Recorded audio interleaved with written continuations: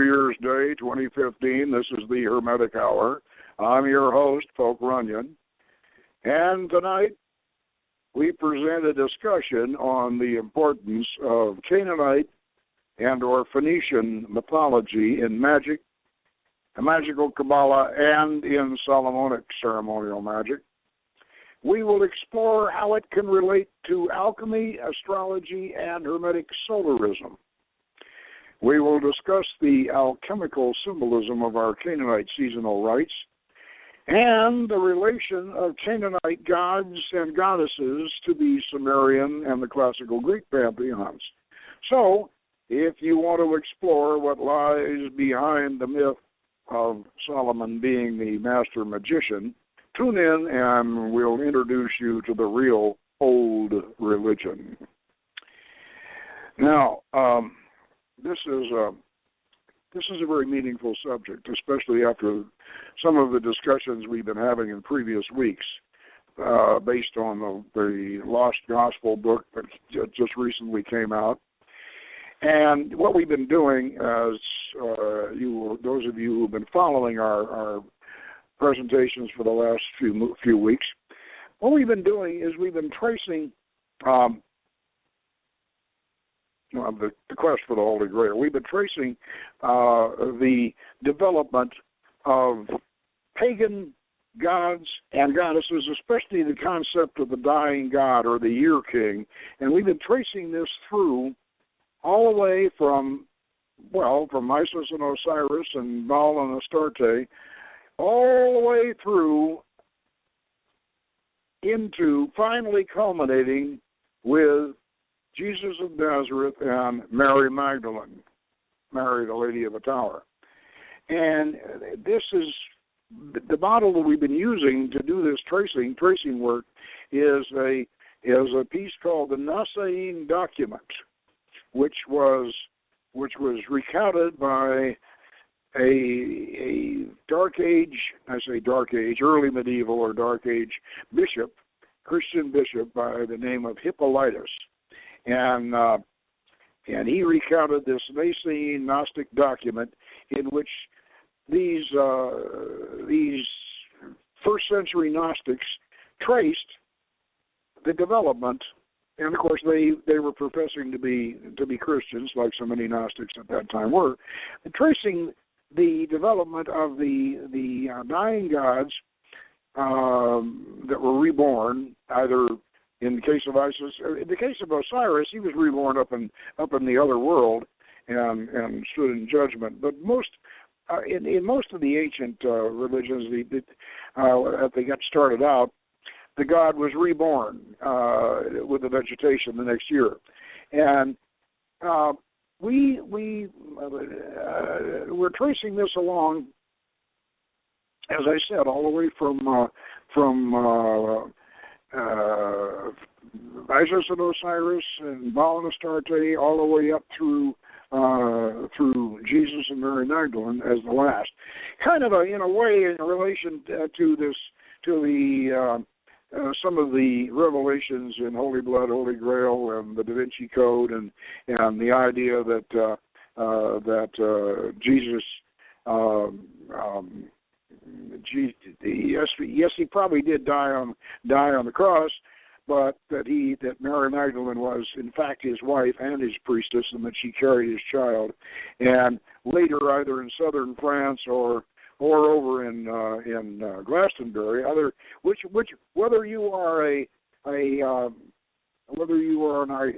British Arthurian Grail aficionado, or whether you are a Southern French Languedoc Grail aficionado, you recall, of course, in that in Monty Python and the Holy Grail, King Arthur comes up to the French castle, and he looks up at this French knight up in the top of the tower in this French castle, and he says, "I say, do you have a Holy Grail?" And the French knight looks down at him and he says, "Yes, we have a Holy Grail, and our Holy Grail is better than your Holy Grail, you stupid English person, you." And then he says, "I flatulate in your general direction," or worse to that effect. Anyway, so the French But curiously enough, in the Nicene document, at least Hippolytus's version of it, when he discusses the Gnostic Christian Marcus the Valentinian, and his priestess replicating Jesus and Mary Magdalene, and replicating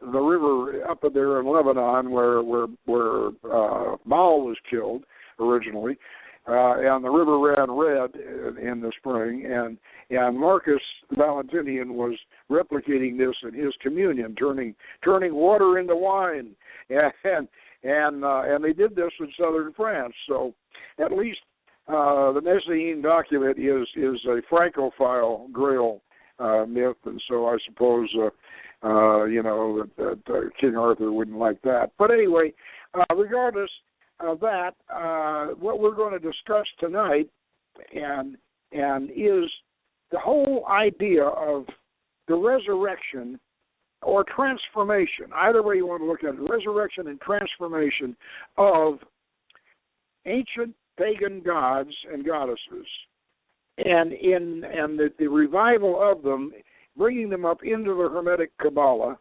and resurrecting, finding these ancient gods, and using them in modern ceremonial magic, and how important this is in a Jungian, from a Jungian point of view, and also from the standpoint of activating our chakra system, because let's realize that Renaissance magicians, the founders of our Hermetic magical tradition, people like Ficino and Giordano Bruno and Campanella, these ancient, I won't say ancient, these Renaissance Italian, especially magicians who started off the tradition of European ceremonial magic, they really were trying to bring back the classical, mostly Greco-Roman, classical pagan god forms and bring them back. And in fact, there is a very interesting book by a scholar by the name of Selzak called The Return of the Pagan Gods, and this involves the interest with the Hermetic scholars and the magicians in the Renaissance in resurrecting the classical pantheon. Now, how does the classical pantheon relate to the Canaanite pantheon? Well, we'll get into that. But the key to this, the key idea is that our early ceremonial magicians, who were certainly considered themselves to be Christians. Of course, if they didn't consider themselves to be Christians, they were in trouble. But so they wanted very, very much to restore classical paganism in the realm of magic, and so they began equating the idea of, which they got from the Sabaeans over in Iran, and we'll discuss that pretty shortly, but they got the idea of attributing, and the Zohar helped them do this, of attributing the ancient classical gods and goddesses to the planets. Well, we have that in astrology, for heaven's sake, which is one of the bedrocks of Hermetic magic, is our planets. Our planets are all named after classical pagan gods. Well, when do you think this naming took place? Well, during the Alexandrian period, with Ptolemy, the father of astrology, that's when we started naming the planets after the gods. It comes from a much earlier tradition. It goes all the way back. As a matter of fact, it goes all the way back to ancient Sumer and Babylon. Is the naming of the planets after the gods. Who knows how long Ishtar has been Venus, and of course Nergal was Mars, so this tradition of naming the planets after the pagan gods. Now, point out also that the planets as Ficino and many of the Renaissance magicians realized, the planets were inside us. We all, on the principle of as above, so below. The planets not only represent the spheres in the Kabbalistic tree of life, but they also represent the chakras within us. And we've on this show we have discussed the differences between the Eastern arrangement, the Indian arrangement, and our Western arrangement, where up and down the spine we have these chakras, and in the West they are a straight relationship to the planets, whereas in the East they move them all around for different reasons because they use an alchemical relationship. Now, to mention back to Canaanite mythology again, the reason why we in the OTA, the reason why we prefer to use Canaanite, Phoenician, pre-biblical goddesses and gods like primarily Baal and Astarte, El, and Mother Asherat, and all. The reason why we prefer to use those more so than the Greek, although the European magicians, who were our forefathers like Ficino and Campanella and these individuals, they preferred to use the classical forms. And the reason why we like to use the Canaanite forms is because they go better with the Kabbalah. And what happened in the later days of the Renaissance, of Renaissance magic, as it began to phase into the Rosicrucian period, that's when the Hebrew Kabbalah was integrated with the Hermetic system. And that's when we really, the Tree of Life as a master mandala came into use, and that's when it became the roadmap for plotting magical operations and the roadmap of the planets within. So we prefer to go back earlier than classical Greek and Roman, and into the what we would call the Canaanite and the Phoenician mythology, and so it goes right much better with the Kabbalah. It works much better because it is essentially pre-biblical. It really is, and these, for instance, the primary god and goddess that we have in the Canaanite Phoenician mythology is El, and just a, that's Aleph Lamed. We pronounce it El, and it just means God. That's basically what it means. But also, it's Aleph Lamed. It's two letters, and the Aleph, if you turn it up on its pointed end, it looks like a bull. It has two. It has a cross. It's a V. If you can visualize it, it's a V with a stroke through the bottom of it, and then a couple of what looks like a couple of horns sticking up, and a couple of ears hanging down. And this is well, it's an A. It's an upside down A. But if you recall, it's what did God say? Put no other God before me, and then Jesus said, I am the first and the last, the Alpha and the Omega. So that and Bull and El was referred to as Bull El, and he was often pictured as a bull. And there's a lot of symbolism in that. A symbolism that where the bull is the beginning of the zodiac, and of course that's where our zodiac begins. It begins in Taurus, in Aldebaran, in the bullseye. That's where the zodiac starts. So the bull, Taurus, and I have a very, very close relationship with a wonderful Taurus lady, and so this is and like Robert Graves, said that you want to find God? That's sitting right next to me. Okay, so that's where the zodiac begins, and so the connection that goes through all mythology. Now, believe it or not, and you can believe this or not, but most scholars do. The classical Greek goddess of love, Aphrodite, Venus, in the Roman version, Aphrodite in the Greek version, comes directly from Canaan. Aphrodite is Astarte, and she definitely is the Canaanite goddess of love, and that she's not the only one that comes over. Hephaestus, the Greek blacksmith god, is Kusor of the Canaanites. He's the blacksmith, and he's also Tubal Cain in the Bible. Now, so behind the Bible, these gods lie behind the Bible too. El, and this is very important.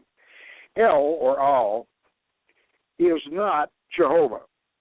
Now, the rabbis following Moses, the rabbis tried to equate Jehovah with El, either that or move him above El, but that never did really work. And most of the tribes of Israel, the so-called lost tribes, who were never lost, they were the ones that stayed there, and the other three tribes got carried away. But so the lost tribes were never lost. But the lost tribes all were, and many of them were Canaanite and Phoenician tribes. They worshipped El. They worshipped El, and of course Melchizedek was a priest of El, and the Most High God, and El was the God of Abraham until Moses came along, and at that point the God that spoke to Moses was Jehovah. And it has been said that he was a son of El. Whether or not that works, I don't know. But some biblical scholars think that's the case. Anyway, in Canaanite mythology, El was the supreme god. He was like Zeus. In fact, he was cognate with Zeus, or Ea in the Sumerian, and so. And he had a Mount Olympus and Mount Zaphon. And he had they had a mountain up in the Lebanon area where Mount Zaphon where the gods had their palace.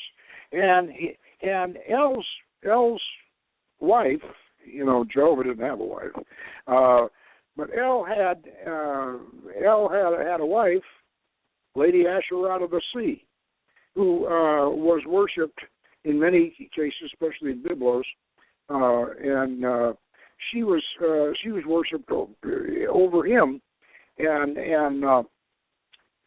in this case, the sea, Asherah of the Sea, meant the depths of outer space and the sea, and so she was the eternal. She was the eternal goddess, and he's the father of the gods. And interestingly enough, El was referred to as the compassionate. Yahweh, Jehovah, never got that appellation. He was never called compassionate, and whereas El, the original Father God, was considered to be compassionate. But he let the minor gods, he let the minor pantheon, Baal, Astarte, Anath, and the rest of these, and Kusor, and the rest of these Canaanite gods, he let them kind of run things down on earth. But he was an over-God who was compassionate, and so consequently, whereas Jehovah was a war god. And Jehovah preferred to be called jealous. That was the name he wanted to have. So consequently, El is really, from a standpoint of having an All Father God, El is really kind of better to have than if you want a God that's supreme, and El does work better. And you can remember that half the books of the Bible are actually leaning toward El more so than YHVH, and consequently, you're certainly okay not to use YHVH in Kabbalistic operations if you don't want to. And we don't, so we prefer to use Tetragrammaton based on the three mother letters, and we find that it works just as well. And, actually, when you get down to it, it's probable, I believe, and I think there are others who also go along with this, that Jesus of Nazareth was really trying to bring El back into the temple and to declare El as the original Father. And if you read the Gospels and Jesus' teaching with that in mind, it seems to resonate. And because although I think he had to be very careful about it, because at that time there was not a fusion between the two. And but this seems to be, I think this seems to be the case, and this is what we would prefer to think, that Jesus was, as Paul said several times, a priest after the order of Melchizedek, and Melchizedek certainly was Melchizedek, by the way, means priest king. And Melchizedek was originally gave the first communion to Abraham, and Melchizedek was certainly a priest of El. This of course equates, if you want to equate this with Greek mythology, El relates to Zeus, and of course Astarte becomes Aphrodite, and Hera would be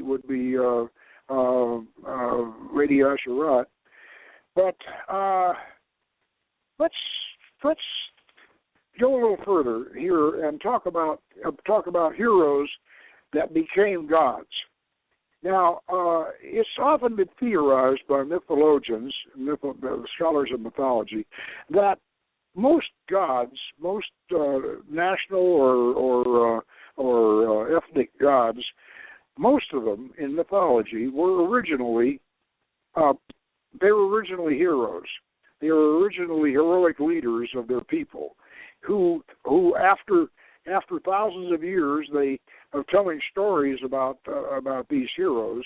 And a good example of this would be Genghis Khan. Genghis Khan has become like a god in Mongolia, and that eventually these heroes, these heroic leaders, and all, they eventually become deified, and their adventures become like allegorical mythology, and so in this case, where I'm going to mention one of the most famous, and recently it has become quite a subject for Hollywood films, is Heracles or Hercules. And Hercules is an example of a hero who probably was at one time a real person. But how long ago that was, we have no way of even guessing, because Hercules or Heracles is one of these characters and gods, deities, who came over from the Phoenician and the Canaanite on over to Greece. And the original Hercules was Melkart in Phoenicia, in Tyre, and his labors were referred to as the conquering of the 12 beasts. Well, that is a pretty short, not exactly completely accurate, but a pretty short description of the labors of Hercules, because, as you recall, Hercules goes around and has to perform 12 rather dangerous tasks, and most of them involve conquering some sort of a beast, the lion, and then he wears the lion skin, and so he has various beasts that he overcomes and various tasks he has to do. Now, originally, Hercules was a Phoenician demigod, and he was the god of the city of Tyre, and in fact, Melkart pretty much translates as the god of the place, and he was depicted in the temple as going around and performing these labors around the zodiac, conquering the beasts of the heavens. Now, if you suspect that this had something to do with eventually with Mithraism, you're probably right. And Mithraism and Hermetic, the Hermetic Initiatic Code and Mithriatic Initiatic Code, it probably all goes back to that temple in Tyre. Now, let me just recount something, an amazing story that very, very few people know about, and relating to this and how this was. Alexander the Great, who we're all familiar with, and Alexander the Great came back from Persia and was going to march all the way down from Lebanon, all the way along the coast, all the way down and conquer Egypt. That was his plan. Well, he started marching down the coast, and he got across from Tyre. Now, Tyre was a fortified island. The Phoenicians like to build their cities on islands because that way they were safer, and it was like they had a moat around a castle. They were the people on shore couldn't get at them unless they came over in boats. They were easy to defend, and then their harbors were inside. Their harbors were actually inside their fortifications. So that's the way they like to build their cities whenever they had a chance. Well, Tyre was that way, so they built the whole city on an island, and it was fortified with an enclosed harbor. Well, they had a famous temple of Melkart in Tyre, which one of my esteemed colleagues believes was actually the real Temple of Solomon, was actually the Temple of Melkart. Well, whether or not it was, we do know that from the Bible that Hiram of Tyre, the king of Tyre, helped King Solomon, build his temple in Jerusalem, and it even loaned him an architect, Hiram Abiff, who was part Jewish and part Phoenician, to actually design the temple and supervise this building. Well, now, before the Temple of Melkart, they had a couple of pillars. One of them was green and was translucent, and it could be seen. It was almost like a lighthouse. It could be seen from out to sea. So when the Phoenician traders came sailing in, they looked for that pillar, especially after dark. They looked for the green pillar in front of the temple, and they sighted on that and came on into the harbor. Now, in the temple, this was the Temple of Hercules now, or their version of Hercules, Melkart, and Alexander considered this so important that he camped his whole army across from the island of Tyre, and he sent a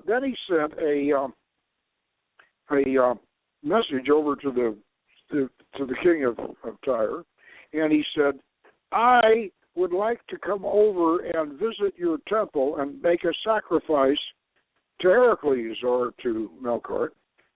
And, well, the king, of course, received the message, and he took it over to the priests in the temple.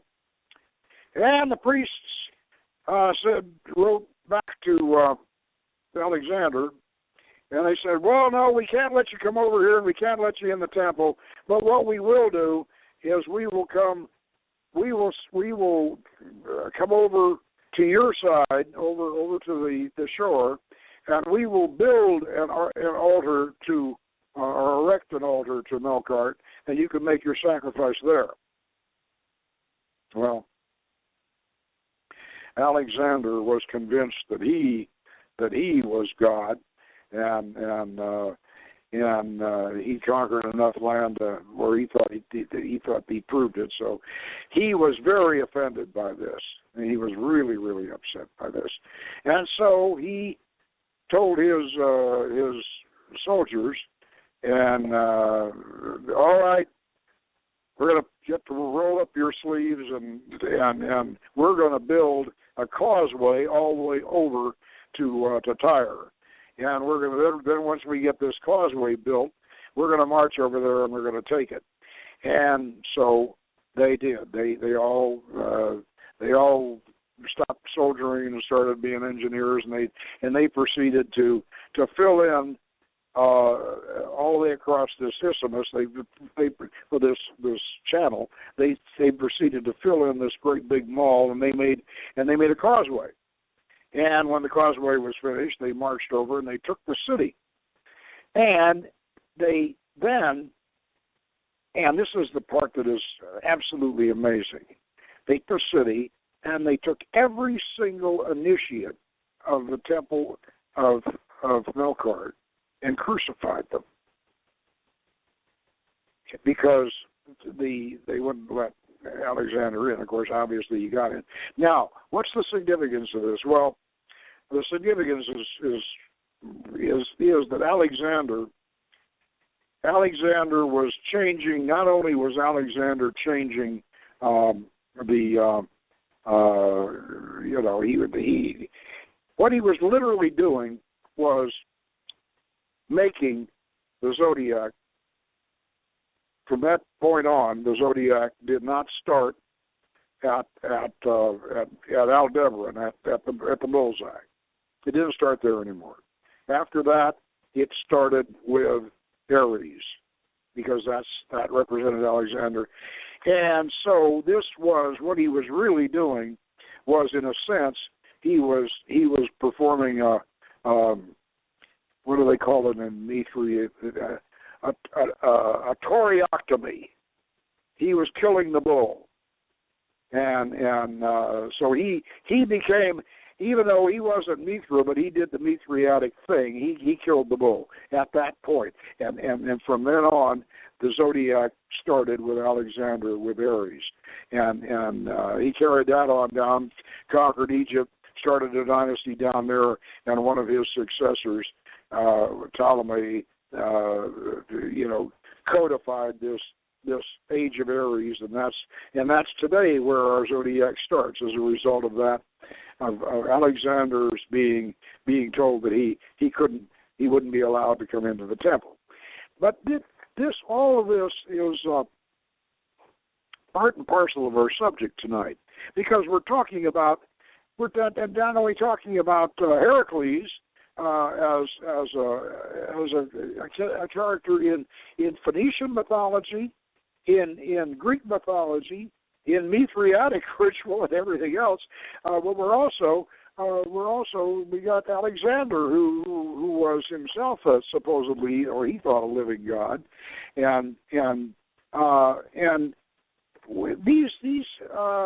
these characters in history and in mythology, they are all part of our Western esoteric tradition, and they all relate to it. And we have to, we should, as we practice magic and as we go through initiations and all, we should actually incorporate all of these elements into our magical psyche, into our magical personality. We should fan these things, and we should make them ours, and make them part of our makeup. Now, let me point out another aspect of this that relates to what we're saying about these Phoenician and Greek and these god forms. I've mentioned several times on this show, and I know that those of you who have studied our legendas, are aware that of a group of people called the North Sabaeans, or the Sabaeans of Haran. Now, they're very important to this subject, and the reason why they are is this. Haran is still there, although the Turks keep saying they're going to flood it and to make a reservoir over it. But Haran was a city built at the time of ancient Babylon. It was built at the headwaters of between the headwaters of the Tigris and the Euphrates River. It's right over the Turkish border from Syria. And right now, that's not a comfortable place to be, because you might get hit by friendly or unfriendly fire if you hang around that area too much. But in ancient times, Haran was referred to as the city of the stargazers, and this is where the Babylonian and Median Babylonian magi. This is where that magi sect eventually settled in, and they lived up there in Haran, and it was a walled city. And the main thing that these folks did was they were astronomical and astrological magicians. They studied the heavens. They had temples that were like planetary observatories, and they plotted the heavens, and they were very astute astrologers, and they were ceremonial magicians, and so each one of these planets to them was a god, and they named the planets after the gods, the Babylonian, and what came down from the days of Gilgamesh, and that's Ishtar and Nergal and Ea and so that pantheon, but the Sabaeans. They didn't call themselves Sabaeans until later. We'll get into that for just a minute. These Haranians were very knowledgeable about what was going on with other cultures, and they were especially, the Babylonian and the Median cultures. They knew what they were very well read. They very well educated. And they knew what the Egyptians had written and whatever. They were scholars, and along with being astrologers, really really good astrologers and magicians. Now, so they maintained all of this lore. And Abraham, if you recall from the Bible, Abraham came through when he left Ur. He went up and spent time in Haran before he went into Canaan and received his dispensation from Melchizedek down in Canaan. So what happens now is that the Haranians stay there and perpetuate this astrological stellar religion of theirs, planetary religion, and keep their astrological studies going, and this all the way up through the time of Jesus, and all the way through to the rise of Muhammad, and then when the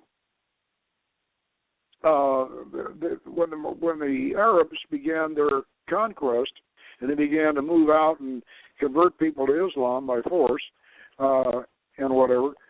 This emir, this Arab emir with an army, surrounded Haran, and the Iranians, came out and tried to negotiate with him, and the emir said, "Well, who are you people?" And they said, "Well, we're Iranians," and the emir told him, he said, "Look, what do you worship?" And they said, "Well, we worship the gods." Well, that's not. They mean you're pagans. And they didn't quite know what a pagan was, but anyway, they agreed they worshiped the gods. So the emir said, "Now, I'm going to be back in a year from now. I'm going to come back this way, and by that time, you are going to have to be. You're going to have to be Christians, Jews, Muslims, or Sabaeans. You have 4 choices. And if you're not one of these religions, then you are going to either convert to Islam, or we'll put you to the sword." So that was their ultimatum. And off the emir went. So the Iranians all took counsel. I've gone over this before in other programs, but because this program is important to us for now, I'll go over it again. The Iranians took counsel, and they said, "Well, I think we don't want to be Jewish. We don't want to be Christian. These are too restrictive, and we certainly don't want to be Muslims because we've looked into their thing, and they don't appreciate anything except their book, and that's it." So he said, "They well, what's a Sabaean?" Okay, well, the Sabaeans were, as those that knew told them, the Sabaeans were the Queen of Sheba's people. That was down in southern Arabia, down where Yemen is now. And they were very, very civilized before their great dam broke. That was a couple hundred years before Muhammad. But they were very, very civilized. Well, and they also had an astrological religion, and very similar to the Iranians. And so the Iranians said, "Well, if they're exempted from forced conversion, let's be Sabaeans because they're pretty close to where we are." And so they agreed on. They decided that's what they do. But then they thought, well, we're going to have to get some Sabaean books. Well, they couldn't find any Sabaean books, and the Sabaeans did have a language and all of that, so maybe there were Sabaean books for them to find, but they didn't find any. So what they ended up doing was they ended up taking the Hermetic corpus from Alexandria. They took that. They had copies of that, and they had a copy of what is now known as Ethiopian Enoch. They had a copy of that too, and so between the Hermetic corpus from Alexandria and the Book of Enoch, they said, "Okay, we're Sabaeans, and these are our scriptures, and so we're ready for this guy when he comes back." Well, the emir never did come back, and so but they decided to be Sabaeans anyway, so that's what they called themselves. And then now the interesting thing about this is then they began to develop these invocations, and this comes down to us in ceremonial magic, and it has to do with tonight's theme. They then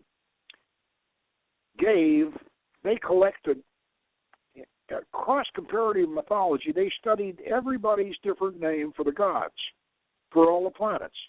And if you read the Picatrix, and of course you read the Picatrix, we got the Sabaean invocations in there, you'll see what I'm talking about. When they start to invoke a planet, or the goddess of a planet, or the god of a planet, they're going to give the names in Greek, they're going to give the names in Arabic, they're going to give the names in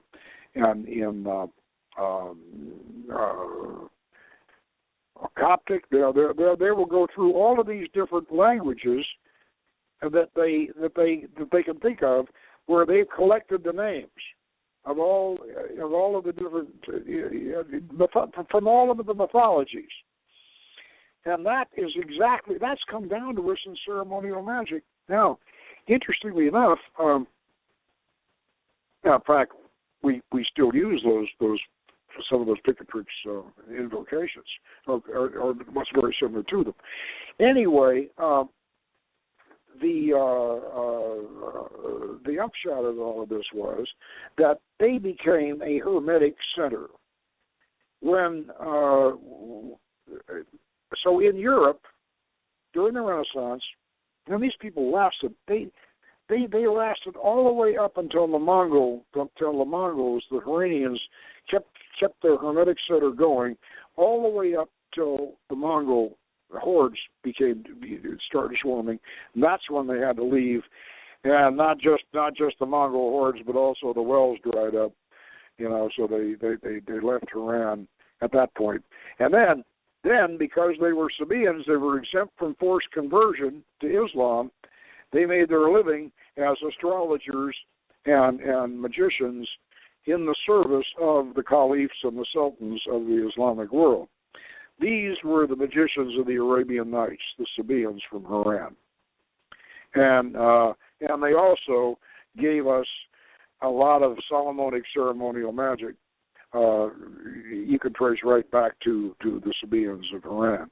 And the idea of using all of these different pagan gods, including their, even some versions of our Canaanite Phoenician mythology, and so this is part and parcel of the use of the mythological figures in magic, and of course also when we integrated the Kabbalah into magic, then these gods got into the Kabbalah. Now, interestingly enough, some Hebrew Kabbalists will tell you that planets and astrology don't matter in Kabbalah. That is baloney.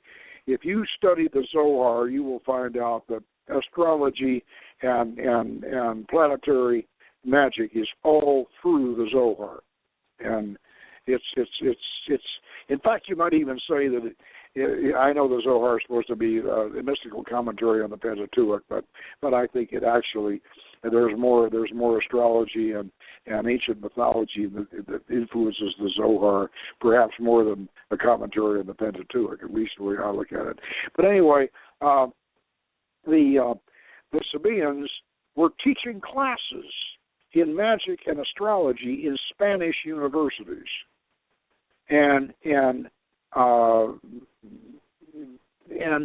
the book The Picatrix, that's where the book The Picatrix comes from, is probably one of those.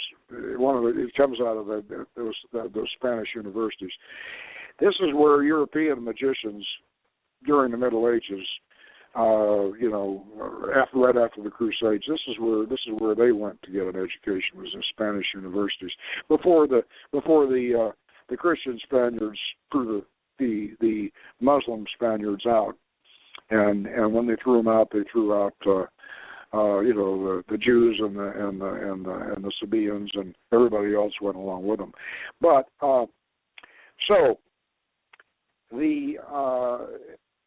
our gods, our Canaanite god forms, work very, very well with this Picatrix type system, because, as I say, these people were the magicians of the Arabian Nights. And Solomon, as I'm sure most of you are aware, Solomon was yes, he was Jewish, but whether or not his concept of God was Jehovah or El, I suspect it was more El than Jehovah, because when he went to Hiram of Tyre, the king of Tyre, and said, I want to build a temple, and will you help me? And Hiram of Tyre said, praise the Lord, yes, I will. Well, obviously, Hiram of Tyre was praising El, and so I think that Solomon probably, because he wanted to unite all of Israel, and most of the Israelite tribes were worshiping El anyway, so I think they built that original temple to El, and that's one of the reasons why Jesus wanted to restore it, to the original Father God, El. Now, that's my It's my take on it, but some of the others might think otherwise. I don't know, but I tend to think that Solomon was primarily building the temple for El, and yet we know Solomon also built a temple to Astarte, and so the goddess Astarte was Solomon's goddess. Now, why didn't the original Hebrews have a goddess? Why didn't Yahweh have a consort? He should have, but he didn't. And this is when they began. I think this is one of the reasons why the Old Testament is kind of anti-female, and because there seems to be Jehovah seems to be just very, very, much. It's very, very patriarchal, and in some instances it still is. But they had a goddess, and that goddess, of course, eventually became, in the Kabbalistic terms, the Shekinah, which is the feminine side of God, which descends. So they in a sense, the Kabbalists, not being able to have a goddess per se, they created a sort of a hermaphrodite version of Jehovah, which had a female side called the Shekinah, which came down.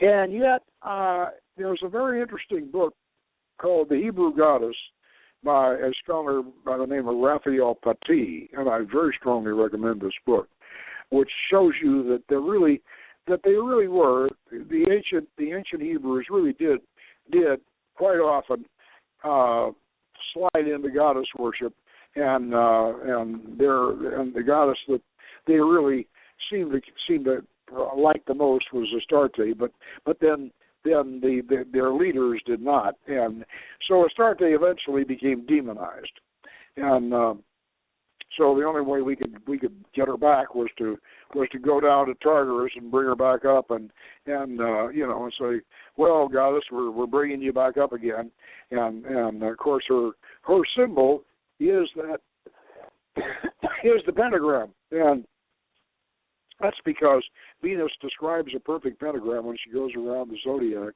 as I'm sure some of you have heard. So anyway, the idea of the Sabaeans with all the different god forms relating to each one of these planets, and these planets, of course, relating to spheres in the tree of life, and all this, and Solomon, being a secret worshiper of Astarte, this all goes into what we call Solomonic ceremonial magic. Now, one of the things that I'm sure that comes up to mind is that, Solomon and the building of the temple is that's a lot of Masonic symbolism. Well, yes, it is, but the magical aspect of that is that Solomon, according to the magical tradition, Solomon used his command of the spirits, and the spirits helped him build the temple. Now, this is a Hermetic tradition, not necessarily a biblical one, but it also has an analog in the Arabian side of things too, and this is why Solomon or Suleiman is kind of the Arabic Merlin. He's the great magician in the Arabian Nights, and you find him mentioned quite a bit in the Arabian Nights as the master of the jinn, and his magic ring, he can control the jinn. And of course, Solomon supposedly sealed up these demons after he got them to work for him. He sealed them up in crucifix or jars, and sealed them with his sacred seal, and threw them into lakes and into seas and all. And then somebody digs one up on the beach and opens it up, and out comes the genie and says, I've been in this jug for 5,000 years, and the first 1,000 years I said, anybody release me, I would do all this and that for them, give them anything, and then the next 1,000 years, I said, the first person to release me, I'm going to squash him flat, or something like that. Anyway, then you got to talk the genie out of stepping on you and see if you can get him back to giving you something. But this all comes from the idea that Solomon was the great magician and the master of the jinn. Now, these spirits are all of them in Solomon, that worked for Solomon, the jinn. All of them were originally some form of pagan entity. I can also say this: some angels, some of the Hebrew angels, some of the angels that have come down to us were originally also pagan gods and goddesses. And so there's been a lot of transformation of angels and spirits and pagan gods into demons that frankly a magician has the right to use these. We feel like we have in ceremonial magic, especially in Solomonic magic, we feel we have the right to use these bound spirits, the ones that Solomon bound and whatever. We feel we have the right to use them, and we use them respectfully, but to help us accomplish things. And that's also a traditional ceremony. And we don't feel that is in any way making us demonic or devilish or anything like that. No. These spirits they have been bound by Solomon. They're controlled by the angelic forces, and we can use them, and we call upon them, and that's part of the magician's armamentarium.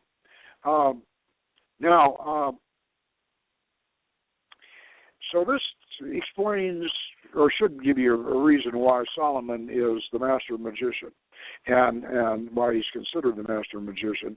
And also, too, you should understand that the whole business of ceremonial magic, the way it's practiced, is essentially comes down to us from pagan traditions that have been translated into Kabbalistic and into angelic Kabbalistic formulas that are so the whole idea is you're supposed to be, if you're a Solomonic ceremonial magician, you are supposed to be you have God on your side. You are supposed to be a God-fearing, loyal Christian or Jew or Muslim, or you're supposed to be, and use that power and that faith and that strength to control these rebellious forces, these earlier pagan forms that. So I want to make it clear that frankly, we're not. There's nothing satanic or diabolical about any of this. This is and a real ceremonial magician does not use these Canaanite or these Solomonic spirits to hurt anybody, but he may use them to help himself or to help his family or whatever. He could do that, but he doesn't use them for evil purposes because he is a God-fearing individual, and he's not supposed to do that. And if he does fear God, he's not going to. So consequently, this is not, as I said, it's not anything satanic or anything like that. And we certainly don't make if you're a real Renaissance type magician, you don't make pacts with any of these spirits. You may bind them for certain purposes. You don't make pacts with them. They work for you. You don't work for them. And so, consequently, once this is understood, I think that the idea that people who do this sort of thing are doing black magic will go away. For one thing, if you're going to bring these ancient archetypes, and I use a Jungian expression there, if you're going to bring these ancient archetypes up in a mirror, and then tell them to go out and hurt somebody, you're liable to get hurt yourself more than whoever it is you're trying to hurt. Now, so that's something to keep in mind, and it kind of keeps us on the straight and narrow. And the whole idea here of resurrecting the pagan traditions and keeping them alive goes back to the idea that Hermes himself said. He said, man creates the gods of the earth sphere, but the gods of the zodiac are eternal. Now, so he's telling you right there, what he's saying is that the gods of the earth sphere, the gods that you have inside yourself, are really belong to the human race.